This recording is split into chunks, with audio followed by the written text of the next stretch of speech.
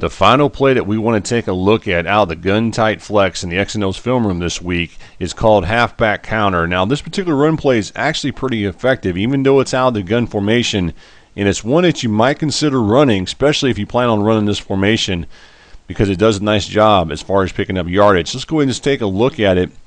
And as you notice, it's a counter play. So what winds up happening here is the halfback or running back actually winds up going this direction towards the left, and then he winds up going back towards the right, and he winds up going in this area here.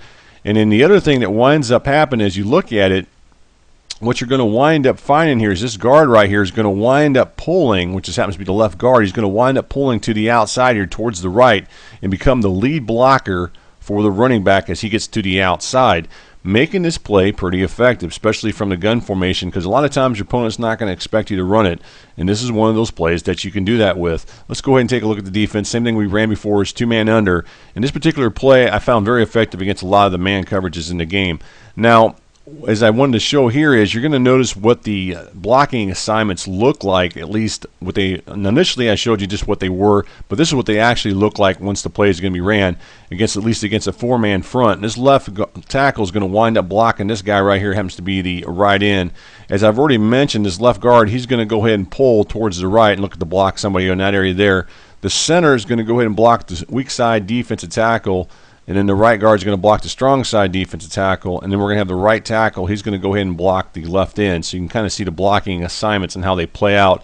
And then the receivers on the outside are just going to block the guys that are in front of them. It happens to be the defensive backs or the cornerbacks. So that's really it. We're not going to make any adjustments with this play. We're just going to go ahead and run it.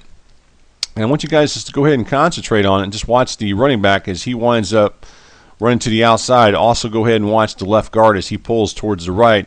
And I think you'll find as you run this play, you'll wind up seeing similar to what I'm showing here. So let's just go ahead and run it and just take a look at it. And you can see right there that he winds up getting to the outside. And a lot of times you may wind up seeing that type of daylight. Now, I can't always promise that's going to happen, especially if one of these defenders over here, say that one of these defenders are able to get off the block, and that one of these defenders that are being blocked by one of these receivers or the offensive lineman there, if they're able to get off the block, then they may wind up kind of blowing this play up, and you may not pick up as much as what I'm showing here.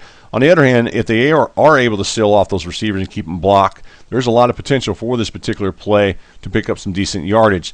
Now, the other thing you got to watch for in this case is going to wind up being a safety. Now, he may get over here fast enough to cover that, or at least try to get over there and make the tackle. Sometimes he will, and sometimes he won't.